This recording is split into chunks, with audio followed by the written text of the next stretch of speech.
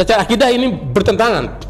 Kalau orang nyoblos semua atau golput karena putus asa, kecewa, bertentangan dengan akidah Islam. Rakib bekerja, atid pre. Kalau atid bekerja, rakib pre. Tidak ada amal yang ketiga, termasuk saat pilkada. Siapa yang mempromot? Ya PDIP. Karena PDIP yang mencalonkan. Sekarang setelah ini dianggap bikin masalah banyak, seolah-olah ini head-head dengan PDIP. Tidak bisa begitu cara pandang kita. Bismillahirrahmanirrahim. Assalamualaikum warahmatullahi wabarakatuh. Waalaikumsalam warahmatullahi wabarakatuh. Alhamdulillah, assalatu wassalamu ala rasulillah sallallahu alaihi wasallam, wala haula wala quwwata illa billah, wa ba'du. Saudara-saudara, para pengurus, para pimpinan, para kader Dewan Dakwah, para simpatisan, dan juga para aktivis muda Islam.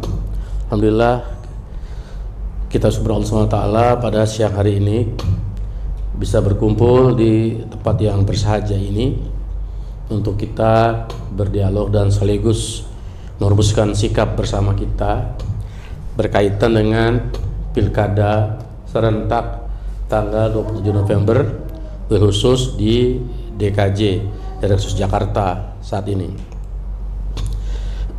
Salawat dan salam surah pemimpin kita, kedua kita adalah kita Rasulullah sallallahu alaihi wasallam. Saudara sekalian, sebenarnya sudah lama pengurus saya dan pengurus ingin mengadakan acara ini karena dinamika yang berkembang nampaknya semakin liar, semakin panas, semakin tidak terkendali, yang itu menurut hemat kita adalah bisa meniadakan atau menegasikan masa depan Islam dan umat Islam di Jakarta khususnya. Suka tidak suka, dinyatakan oleh Menkumham terakhir bahwa meskipun sudah ada IKN, status Jakarta sebagai ibu kota belum akan berubah karena memang IKN belum selesai.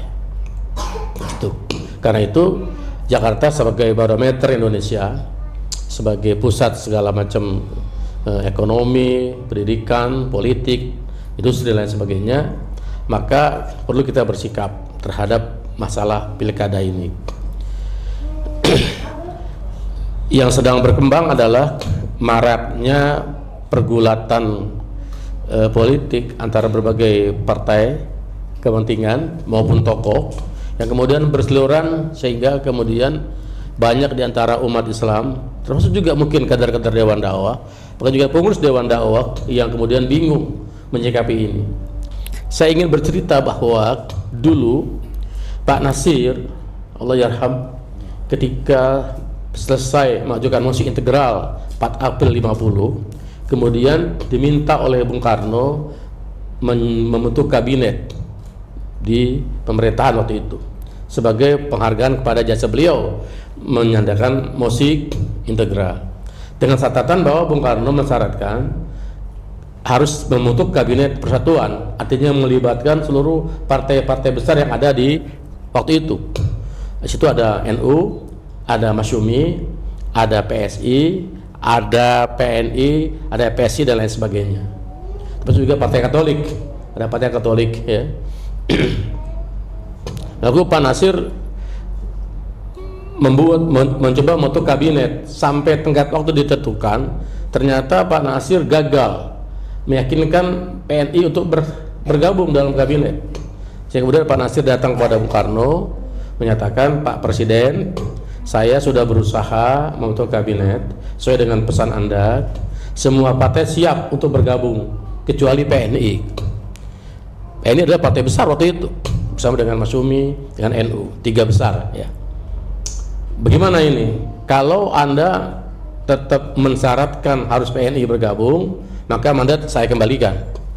Tapi kalau Anda membolehkan saya bikin kabinet tanpa PNI, bikin kabinet. Kita sudah tahu kemudian Bung Karno membolehkan Pak Nasir bikin kabinet tanpa PNI. Satu catatan, kasus ini sebenarnya menjelaskan bagi kita bahwa pertarungan ideologi nggak selesai. Sejak awal yang terjadi adalah pertarungan antara Islam ideologis melawan abangan sekuler, gitu ya. Nah, Islam itu diwakili oleh Masyumi dan NU waktu itu, sementara sekuler diwakili oleh PNI, gitu ya. Maka kalau PNI nggak mau bergabung wajar, karena memang secara ideologis bertarung, ya. PNI dan Masyumi selalu bersaing untuk memimpin kabinet, gitu. Maka kemudian Pak Nasir membentuk kabinet tanpa kesertaan PNI. Cerita ini menjelaskan bahwa pertarungan ideologi dari dulu sampai sekarang tetap berlangsung. Masyumi sekarang terwakili kira-kira oleh PKS, mungkin ada PAN di situ, P3. ya, apapun namanya. Mungkin nanti ada Partai Masyumi, ada macam-macam lah. Yang sekarang ada di parlemen tinggal 2 partai yang kira-kira dianggap meneruskan atau paling tidak punya rekam jejak ideologis dekat-dekat lah, yaitu PKS dan PAN kurang lebih ya. Kita tidak pastikan itu karena ini kan sudah zaman yang berbeda. Sementara yang sekarang melanjutkan PNI adalah PDIP. Ya, ini penting dipahami oleh kawan-kawan nih. Yang kedua, sejarah juga mencatat di zaman Orde Baru semua partai politik dikooptasi oleh kekuasaan. Tidak ada partai yang lepas dari kooptasi rezim Orde Baru, termasuk P3. Ya, setelah fusi tahun 73 itu maka ada 3 partai, 1 PDI, 2 P3, 3 adalah Golkar. Golkar bukan partai, tapi golongan karya. Golkar baru jadi partai pasca reformasi. Sebelum reformasi, Golkar tidak pernah disebut dengan partai. 2 partai, P3, PDI, dan Golkar. P3 adalah fusi seluruh partai-partai Islam. Di situ ada Parmusi, ada PSII, ada PRT, ada NU. Sementara PDI adalah fusi partai-partai sekuler dan non-Islam. Di situ ada PNI, ada Murbak, ada IPKI, dan ada Partai Katolik, ada Partai Kristen. Di situ bergabung sehingga Partai Islam berfungsi jadi P3, partai yang non Islam menjadi PDI, dan Golkar sebagai penguasa. Walaupun masing-masing punya partai, tapi secara politik dikooptasi oleh Orde Baru, termasuk P3. Kita tahu dulu, kita sudah sebut namanya, bagaimana pimpinan P3 itu betul-betul dibentuk dari atas.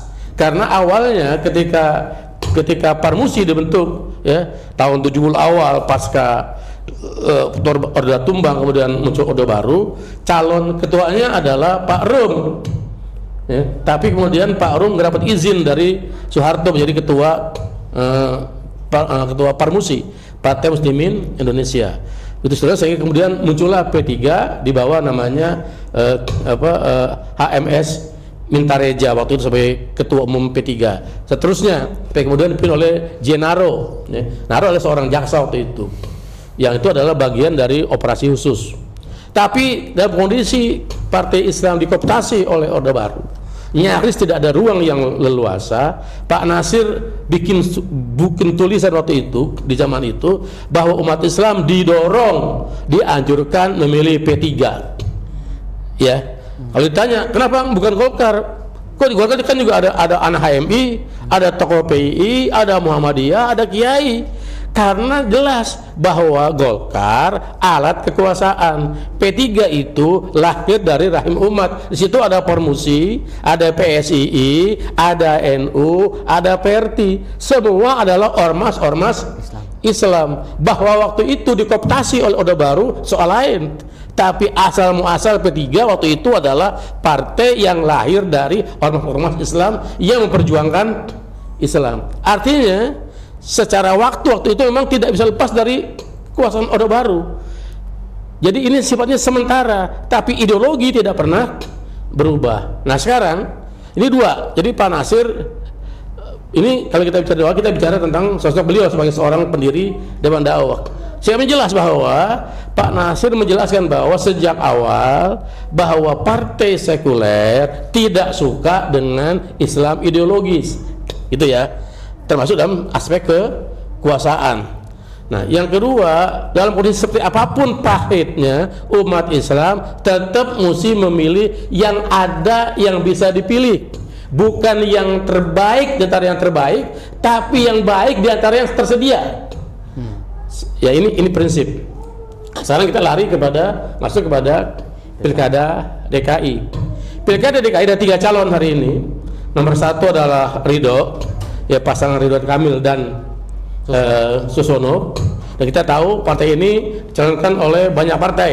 Pasti ada Gerindra, ada PKS di dalamnya, ada PAN di dalamnya. Jadi sudah sebut paling tidak PAN, ya, dan PKS itu mewakili kira-kira tradisi Masyumi dengan berbagai perbedaan.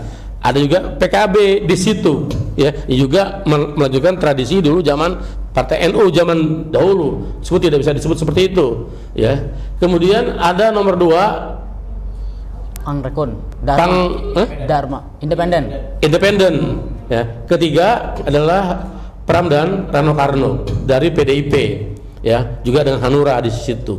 Nah, dari 3 sisi ini saya ingin bilang satu, ya, kalau kita bicara tentang konsep akidah dalam Islam itu tidak pernah boleh seorang muslim putus asa. Ada peristiwa yang paling legendaris, saya sebut tiada tanding tiada banding, contohnya surat Maryam, ketika Allah menceritakan kisah Zakaria alaihissalam. Zakaria itu seorang nabi soleh, berdoa puluhan tahun, minta mawali, minta penerus, belum Allah kabulkan. Baru Allah kabulkan ketika usianya sudah sangat tua, ubannya udah bejibun, tulangnya rapuh, ya. Quran menyebut seperti itu. Rabbi ini wana azmu minni, ya Allah, tulangku telah rapuh. Wasana rasul syaiba, ubanku telah bejibun. Lihat bunyi doanya itu. Ini sangat menarik. Zakaria mengatakan, walam akun bidu'aika rabbi syaqiyya, ya Allah, aku tidak pernah kecewa berharap kepadamu, ya Allah. Belum Allah penuhi, istrinya juga hamil, mandul. Secara teori nggak mungkin, tetapi Zakaria tidak pernah putus asa. Lah kita ini apa yang kita lakukan, apa yang kita perjuangkan, putus asa gara-gara abah nggak lolos, gara-gara begini, ya. Gercos. Ini sesuatu yang sangat, secara akidah ini bertentangan. Kalau orang nyoblos semua atau golput karena putus asa, kecewa, bertentangan dengan akidah Islam. Ya, kalau bicara hak asasi boleh-boleh aja. Ingat baik-baik bahwa dalam Islam tidak ada satupun langkah, ucapan, kata-kata, perbuatan yang nggak dicatat. Karena kita sudah baca dalam surat Kahf itu, ya, jelas itu, ya, bahwa di kanan kiri kita ada 2 malaikat, Raqib dan Atid. Kalau berbuat baik, Raqib. Kalau Raqib bekerja, Atid pre. Kalau Atid bekerja, Raqib pre. Tidak ada amal yang ketiga, termasuk saat pilkada. Jadi kalau nanti kita milih pilkada, salah pilih, tinggal 2 pilihannya, yang mencatat Raqib atau Atid, nggak ada yang ketiga. Tidak ada perbuatan yang lepas dari itu. Makanya Islam memberikan panduan sangat jelas bagaimana kita memilih seorang pemimpin. Tadi saya buka dengan cerita tentang Pak Nasir, karena beliau adalah salah satu tokoh politik yang layak kita jadikan referensi, marja, ya, bagaimana bersikapi kondisi yang seperti ini. Nah, jadi dari 3 pasangan ini kita lihat bahwa siapa yang mencalonkan.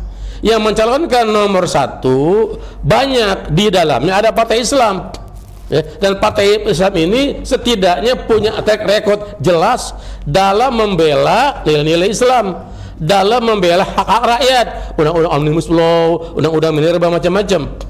Nah, di sisi lain ada partai yang mencalonkan sosok yang sekarang dianggap sebagai biang masalah, ya, ya.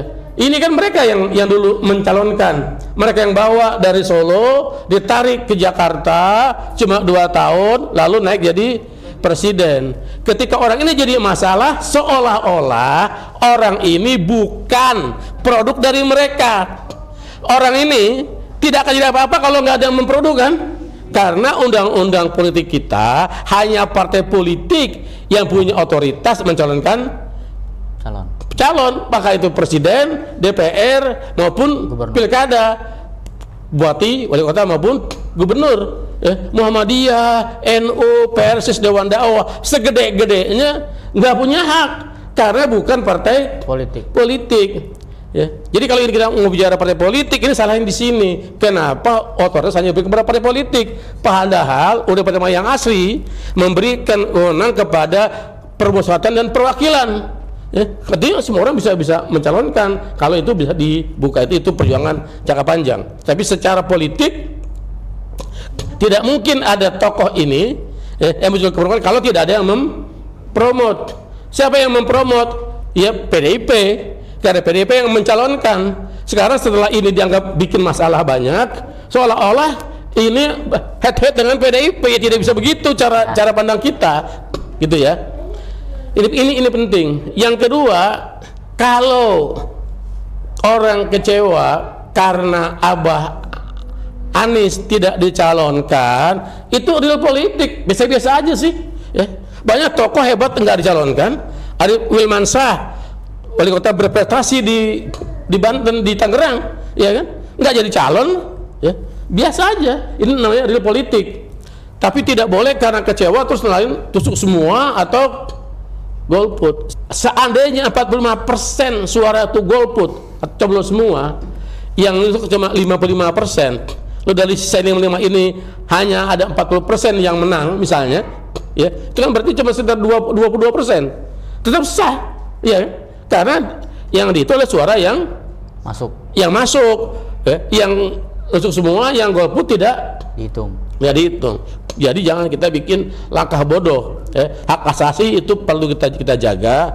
Hak asasi harus didasarkan kepada akidah Islam. Kita ini seorang Muslim, punya pertanggungjawaban. Kenapa saya berdiri di sini? Saya cuma mengatakan bahwa saya ingin dan tidak heran saya ditanya oleh Allah selesai bahwa saya sudah menyampaikan, saya pimpinan Dewan Dakwah begini dan begitu. Perkara orang kayak itu soal masing-masing. Tapi kalau kami berdiam diri, kami ditanya, nanti tanggung jawab di hari kiamat. Ini masalah kepemimpinan. Ingat baik-baik bahwa dalam Islam ini sangat serius. Kita tahu bahwa ada 3 yang dalam hadis itu diminta disegerakan. Yang pertama adalah sholat pada waktunya. Yang kedua, anak gadis setelah ada jodohnya, ya. Yang ada jomblo-jomblo nih boleh lah jodoh, silakan cepat. Yang ketiga, mayat segera dikuburkan. Tapi ketika Nabi sendiri wafat, per 3 hari kemudian Nabi dikebumikan, dimakamkan. Kenapa? Karena para sahabat bermusyawarah mencari siapa khalifah pengganti Rasulullah. Jadi ini masalah serius, masalah kepemimpinan. Maka itu ini kita perlu sampaikan. Yang kedua, kalau berkaitan dengan karena orang kecewa karena si Anu di-endorse oleh Mulyono, pertanyaannya siapa yang on dekat Mulyono? Ya. Ini serius. Pramono itu mensekap, ya, mensekap Mulyono selama 2 periode. Tidak mungkin orang diangkat jadi mensekap kalau bukan orang dekat, kan? Sekarang contohlah, ya, Teddy itu baru mayor, ya, diangkat oleh Prabowo jadi sekap. Kenapa? Karena dekat, dipercaya. Pak Prabowo angkat Teddy jadi sekap, ya, karena sangat dipercaya. Maka orang akan diangkat sekap kalau orang itu dipercaya dulu. Jangan Pak Harto ada mensekap, ya. Kita tahu dulu masih ada Akbar Tanjung, ya kan, ikut dengan Pak Ginanjar, 14 menteri yang menolak ikut dalam kabinet reformasi. Tapi ada satu mensekap yang tidak ikut sama Pak Ginanjar, namanya Saadillah Mursid, ya. Dialah yang menemui Pak Harto sampai mundur, ya. Kenapa? Sangat dekat, sangat dipercaya. Jadi kalau kita bicara seorang dekat atau tidak dekat dengan Mulyono siapa, dibandingkan 01 ini Ridho, RK dan Susono. Kapan kenalnya dengan Mulyono? Kan baru-baru ini urusannya Lah kalau yang dari PDIP udah jelas dari dulu, ya. Mantan sekjen PDIP ditarik menjadi Mensekap, bahwa kemudian dia dicalonkan menjadi gubernur juga sebuah skenario, ya. Kalau sekarang seolah-olah ini bukan didukung oleh Mulyono, itu namanya political game. Jadi jangan sampai umat ini termakan oleh permainan politik. Yang paling penting adalah bahwa pertama cek siapa orangnya, punya track enggak. Tadi disebutkan oleh kawan-kawan bahwa kita mesti dulu, kenapa dulu kita misalnya ketika dulu kita pemilih si A, karena kita punya pintu untuk berdialog, iya kan? Nah sekarang kalau misalnya kita sekarang pilih dari 1, 2, 3, kira-kira pasangan mana yang kita bisa bicara Islam, kita bisa bicara nilai-nilai Islam, kita bisa pintu buat berdialog. Itu penting kita jelaskan sama umat.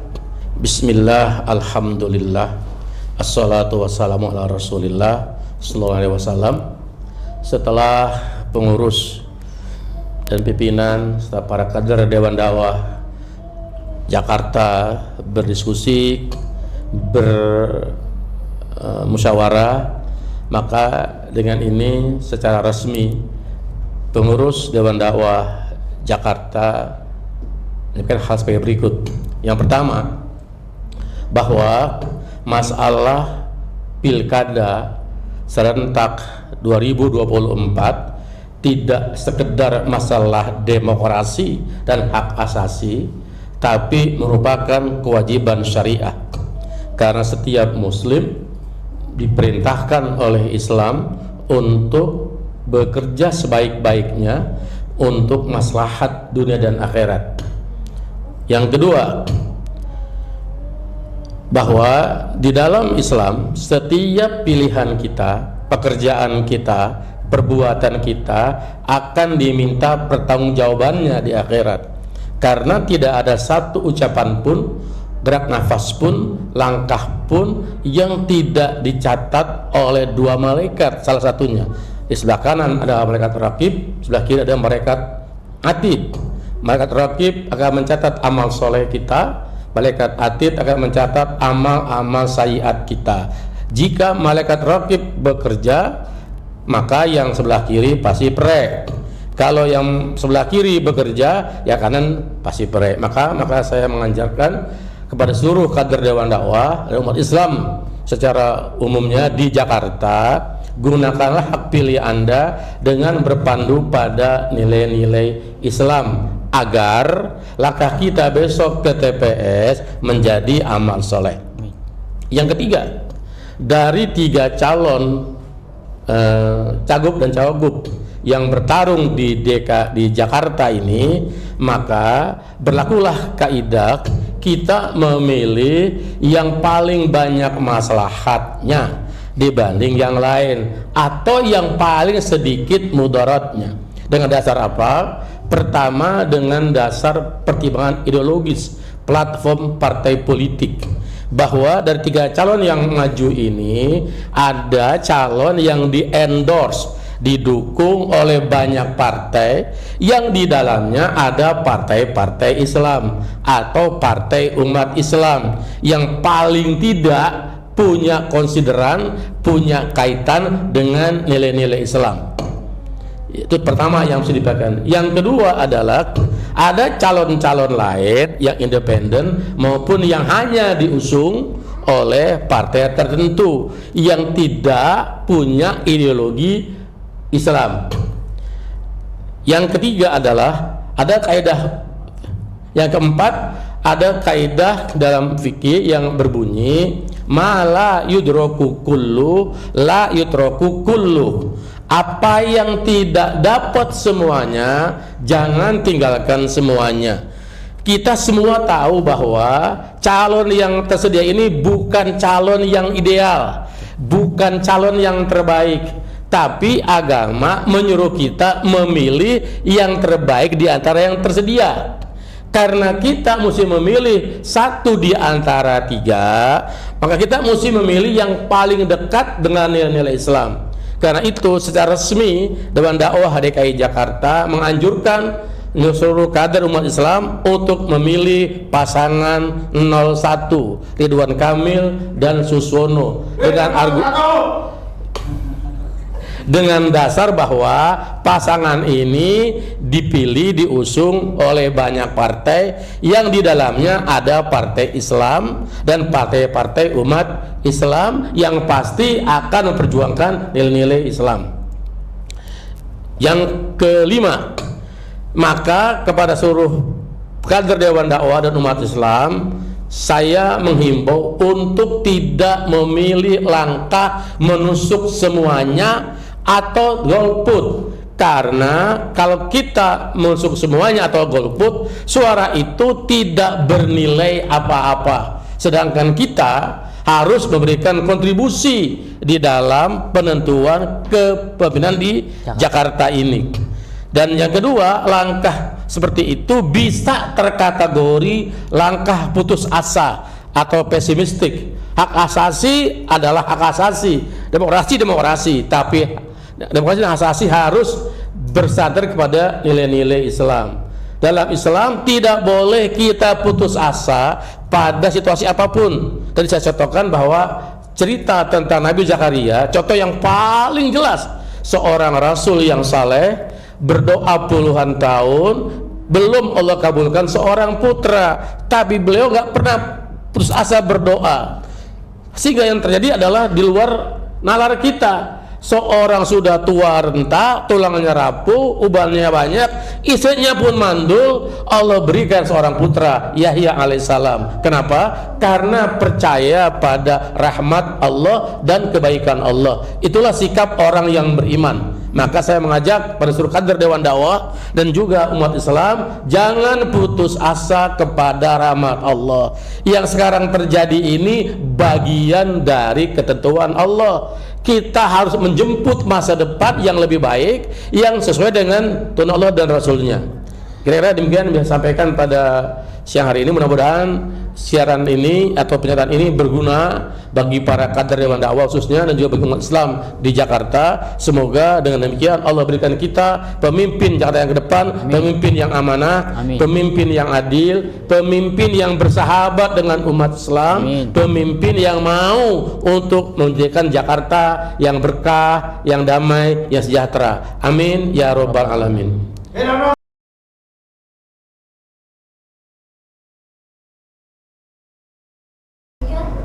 Bismillahirrahmanirrahim. Assalamualaikum warahmatullahi wabarakatuh.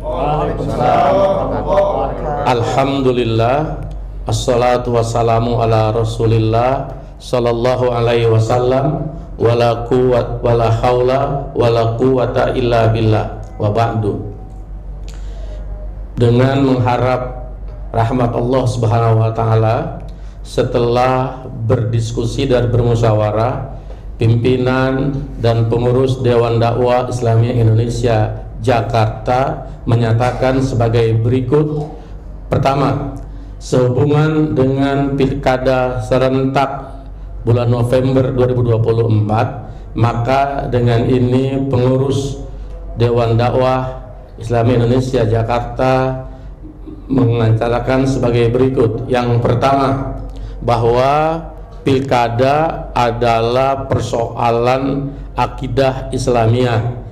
Pilkada bukan sekadar masalah hak asasi dan demokrasi, tapi pilkada adalah pilihan yang akan diminta pertanggungjawabannya di hari akhirat. Karena di dalam Islam tidak ada satu kegiatan, satu tarikan nafas yang tidak dicatat oleh Allah Subhanahu wa taala. Yang kedua, pilkada 2024 di Jakarta bukanlah pemilihan calon yang ideal, tetapi calon yang baik di antara yang tersedia. Karena itu Dewan Dakwah DKI Jakarta menyatakan bahwa dari 3 calon yang tersedia, maka mengajak kepada seluruh kader Dewan Dakwah dan umat Islam pada umumnya agar memilih calon yang mempunyai hal sebagai berikut. Pertama, partai-partai yang mengusungnya adalah partai-partai Islam atau partai umat Islam yang setidak-tidaknya dekat dengan nilai-nilai Islam. Yang kedua, calon tersebut adalah calon yang mempunyai rekam jejak yang jelas dan kemudian mempunyai kapasitas integritas pribadi yang memadai. Yang ketiga, dalam kaitan itu mengapa umat Islam harus memilih calon yang setidak-tidaknya mempunyai komitmen dengan nilai-nilai Islam. Maka Dewan Dakwah DKI Jakarta mengajak seluruh kader dan umat Islam untuk memilih calon nomor 1 pasangan Ridwan Kamil dan Suswono, karena pasangan ini dicalonkan atau di-endorse oleh sejumlah partai yang di dalamnya ada partai Islam atau partai umat Islam yang platformnya dapat diyakini tidak akan menyimpang dari nilai-nilai Islam dan insya Allah memberi manfaat kepada umat Islam. Yang kedua adalah bahwa dalam kaidah usul fikih ada kaidah ma la yudraku kullu la yudraku kullu. Apa yang tidak dapat semuanya, jangan tinggalkan semuanya. Kita mungkin kecewa karena pasangan yang ada ini tidak ideal menurut kita, tetapi agama menyuruh kita untuk memilih yang ada, yang terbaik di antara yang tersedia dengan dua kaidah, yang paling banyak maslahatnya atau yang paling sedikit mudaratnya.